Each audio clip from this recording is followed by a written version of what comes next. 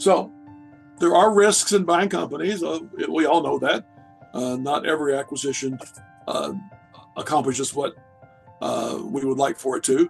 But the things to do to minimize that risk are really making sure that you buy the right company, that you look carefully at the business, that you look carefully at their financials.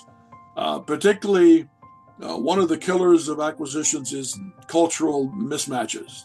So you have to make sure you're buying a company that where they want to operate like you want to operate. Otherwise, you're going to have some real conflicts in terms of the combined management team.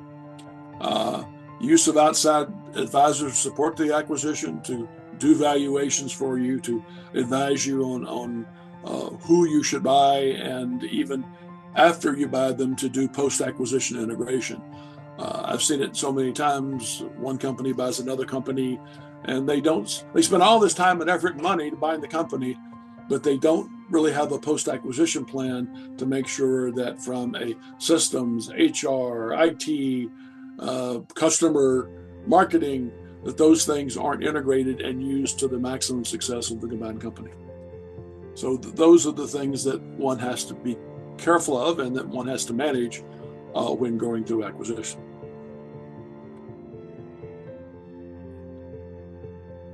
So there typically are 7 steps if you want to do this.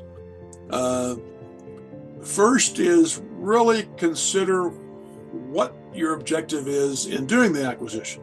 We talked about the different options, whether it's market, customer acquisitions, new products and services. Look at what will benefit you most. Look at where you're weak in the market.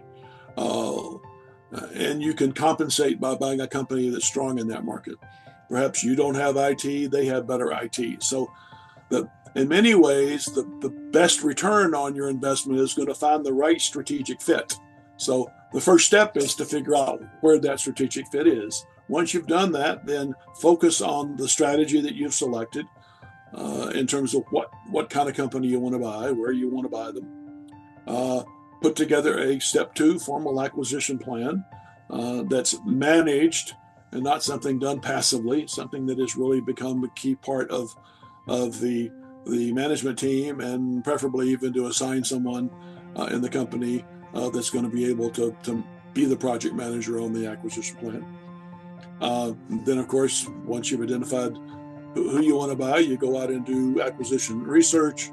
You really do a good job in terms of due diligence, step 4, and make sure that these companies really have the value that they want to have, and that they have the product or services or whatever the objective is that you're trying to find.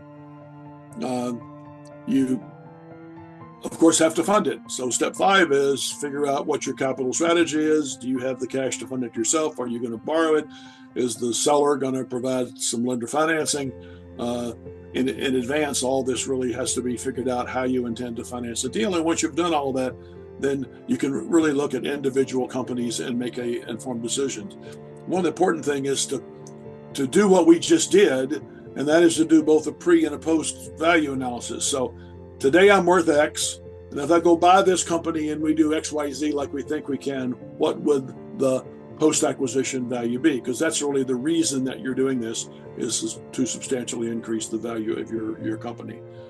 And having done that, having felt comfortable you got the right company, you've got the right value proposition, you then, of course, negotiate close, and as we've said, most importantly, integrate the 2 businesses. So those are the steps. So when done correctly, an acquisition can increase your sales multiple, increase your profit margin, expand the presence of your business, and make your business more attractive to prospective buyers. And that's why we recommend that you consider this strategy.